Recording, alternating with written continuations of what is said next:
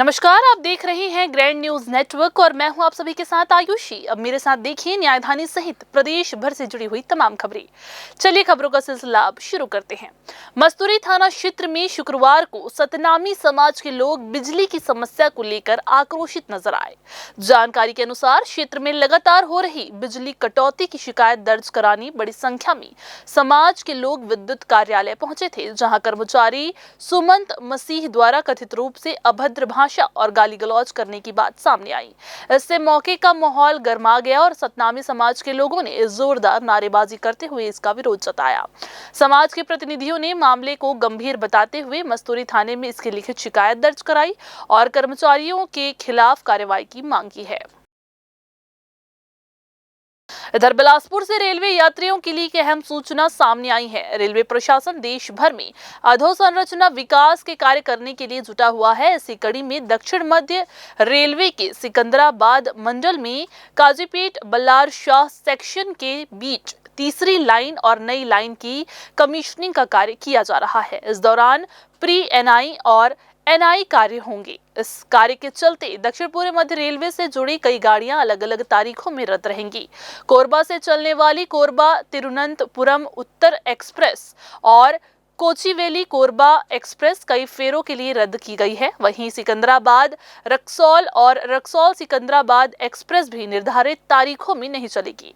इसके अलावा पटना से चर्लपल्ली और चर्लपल्ली से पटना के बीच चलने वाली कुछ एक्सप्रेस ट्रेनों को भी रद्द किया गया है। रेलवे प्रशासन ने यात्रियों से अपील की है कि यात्रा से पहले अपने ट्रेन की स्थिति की जानकारी अवश्य ले लें, ताकि किसी प्रकार की असुविधा से बचा जा सके। बिलासपुर के सकरी थाना क्षेत्र स्थित ग्राम जोकी देहानपारा में गुरुवार को घर में बिजली का बोर्ड ठीक करने की कोशिश करना 22 वर्षीय आकाश माल्या को भारी पड़ गया। जानकारी के मुताबिक आकाश अपने घर के किचन में लगे खराब बिजली के बोर्ड को सुधार रहा था, तभी अचानक करंट की चपेट में आकर वो बुरी तरह से झुलस गया और मौके पर ही बेहोश होकर गिर पड़ा।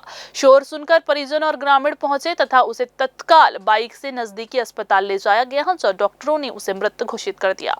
मृतक आकाश झाड़ू बनाकर उसे बेचने का काम करता था और आसपास के गांव में रोजी रोटी के लिए जाता था। घटना की खबर लगते ही सकरी थाना पुलिस अस्पताल पहुंची और मर्ग कायम कर शव का पोस्टमार्टम कराया गया। पोस्टमार्टम के बाद शव परिजनों को सौंप दिया गया।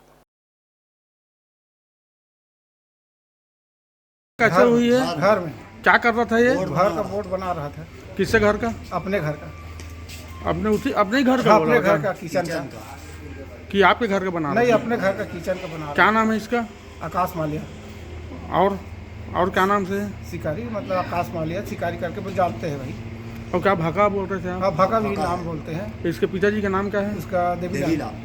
तो क्या इलेक्ट्रिशियन था ये? नहीं नहीं, तो इलेक्ट्रिशियन नहीं था, मतलब घर का काम कर रहा था, मतलब कि पढ़ाई वढ़ाई करता था? पढ़ाई वढ़ाई नहीं तो पहले किया है पढ़ाई, अब तो 22 साल हो गए, कहाँ पढ़ाई करेंगे। कहाँ का रहने वाला है ये? जोकी में कौन से मोहल्ले का है? ये देहानपारा। देहानपारा का। ये घटना कब हुई है? आज ही हुआ है, अभी एक आध डेढ़ घंटे हुई, एक आध घंटा हुआ होगा। तो यहाँ लेके आज जिंदा थे? हाँ, थोड़ा थोड़ा मतलब हाथ पकड़े ना तो थोड़ा हल्का आ रहा था, तुरंत गाड़ी से मोटरसाइकिल से लेके आए। बिलासपुर जिले के मस्तूरी विकास खंड में स्थित एरमशाही धान खरीदी केंद्र में धान की गिनती को लेकर बड़ा विवाद खड़ा हो गया। ग्रामीण और किसानों का आरोप है कि जिला स्तरीय टीम द्वारा धान की गलत गिनती कर 920 क्विंटल की कथित कमी दिखाई गई, जिसके बाद किसानों और जनप्रतिनिधियों ने मौके पर पहुंचकर विरोध जताया और निष्पक्ष जांच कराए जाने की मांग की है। किसानों और ग्रामीणों का कहना है कि 10 दिसंबर को जिला टीम द्वारा की गई धान की गिनती में बड़ी त्रुटियां हुई थी, जिस कारण 920 क्विंटल धान कम होने की रिपोर्ट तैयार कर दी गई। विरोध कर रहे लोगों का दावा है कि जब बाद में दोबारा गिनती कराई गई तो पूरा धान केंद्र में मौजूद मिला और किसी तरह की गड़बड़ी सामने नहीं आई। किसानों के साथ पहुंचे जनप्रतिनिधि भी यही कह रहे हैं कि पहले की गई गणना पक्षपात पूर्ण थी और इससे प्राधिकृत अधिकारी एवं कंप्यूटर ऑपरेटर पर गलत आरोप लगाए गए हैं।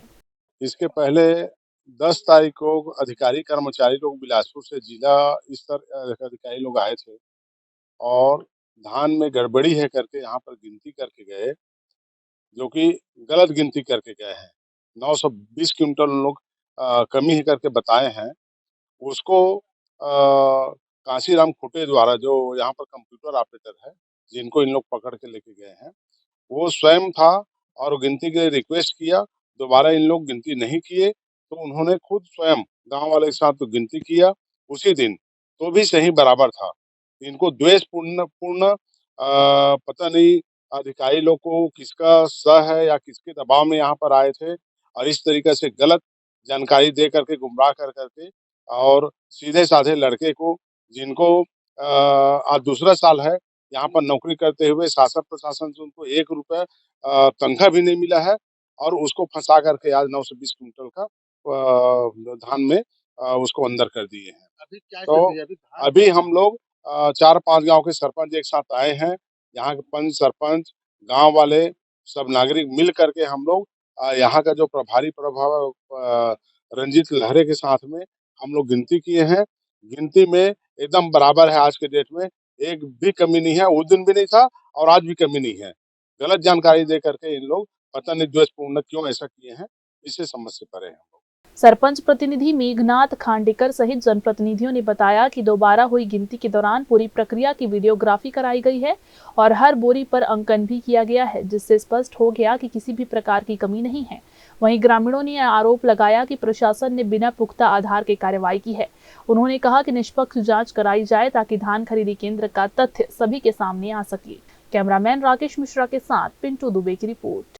इधर वरिष्ठ पुलिस अधीक्षक के निर्देश और सीएसपी निमतेश सिंह के नेतृत्व में बिलासपुर पुलिस ने सिरगिट्टी और सिविल लाइन क्षेत्रों में एक साथ बड़ी कार्रवाई करते हुए आपराधिक गतिविधियों में शामिल कुल 26 आरोपियों को पकड़ा है। सिरगिट्टी से 13 युवक थाने लाए गए, जबकि सिविल लाइन क्षेत्र से भी 13 आरोपी पुलिस की गिरफ्त में आए हैं। आपको बता दें कि सीएसपी निमतेश सिंह के नेतृत्व में सिरगिट्टी इलाके में लगातार निगरानी रखते हुए अशांति फैलाने और झगड़ा करने की कोशिश में पकड़े गए युवकों पर कार्रवाई की गई है। जिन युवकों को गिरफ्तार किया गया है उनमें प्रदीप रजक उर्फ पिंटू, मुखी वर्मा, ओम प्रकाश लहरी, रोशन मंडावी, राज मिश्रा, साहिल लहरी, शेख जानू उर्फ आयान, सुंदर अधिकारी, अनीश यादव, रोशन ध्रुव, संदीप रजक, संदीप साहू और अभिषेक कुमार साहू के नाम शामिल है। सिरगिट्टी थाने की कार्रवाई से स्पष्ट है कि अब इलाके में असामाजिक तत्वों की खैर नहीं। बिलासपुर जिले में वरिष्ठ पुलिस अधीक्षक महोदय के द्वारा लगातार गुंडे बदमाशों व आपराधिक प्रवृत्ति के लोगों पर कार्रवाई करने हेतु निर्देशित किया गया है। इसी क्रम में कल रात्रि में सिविल लाइन एवं थाने की संयुक्त टीम बनाकर बदमाशों पर कार्रवाई हेतु एक योजनाबद्ध तरीके से जो बल है उसको एक जगह ब्रीफ किया गया और उसके बाद बदमाशों पर कार्रवाई हेतु रवाना किया गया, जिस पर सिरगिट्टी क्षेत्र के 13 बदमाश और सिविल लाइन के 14 बदमाशों पर पुलिस ने कार्रवाई की है। 26 एक व्यक्ति पर आर्म्स एक्ट की कार्रवाई की है। इस तरह से पुलिस ने कुल दोनों थानों में 26 व्यक्तियों पर कार्रवाई की है और इन्हें रिमांड पर भेजा है।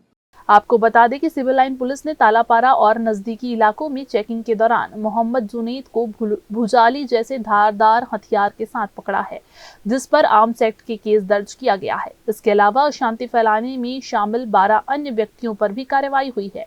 इनमें मोहम्मद कलीम खान, मोहम्मद अब्दुल्ला, स्वराज कुर्रे उर्फ कंदा, करण कुर्रे, आकाश डहरिया, अरुण लहरे, प्रकाश टांडे, विकास चतुर्वेदी, सूर्यदीप अंचल, दिलीप बंजारे, सुभाष कुर्रे और कृष्ण नारायण रात्रि शामिल हैं। आपको बता दें कि ये पूरी कार्रवाई ये बताती है कि बिलासपुर पुलिस अब बेहद सक्रिय और सख्त हो गई है। लगातार निगरानी और तत्पर कार्रवाई से शहर में कानून व्यवस्था मजबूत हुई है।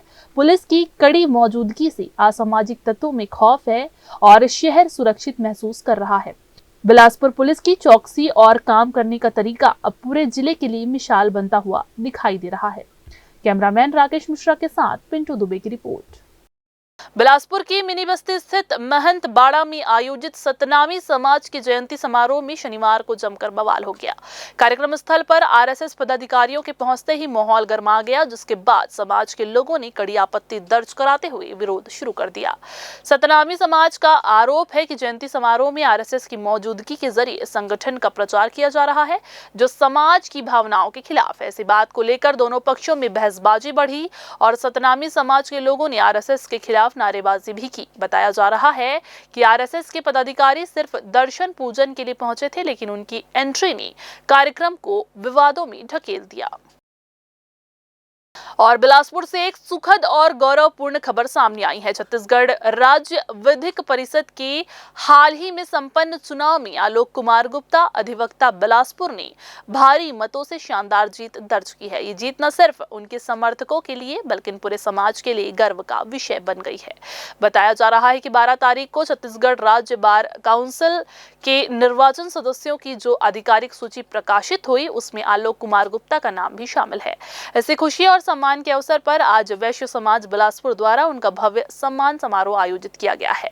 इस कार्यक्रम में गुप्ता समाज के पदाधिकारी, समाज के वरिष्ठ जन और बड़ी संख्या में समाज के लोग उपस्थित रहेंगे। सभी ने एक स्वर में आलोक कुमार गुप्ता की जीत को समाज की जीत बताया और उनके उज्जवल भविष्य की कामना की। वहीं सम्मान समारोह के दौरान आलोक कुमार गुप्ता ने सभी का आभार व्यक्त करते हुए कहा कि ये जीत समाज के विश्वास और सहयोग का परिणाम है।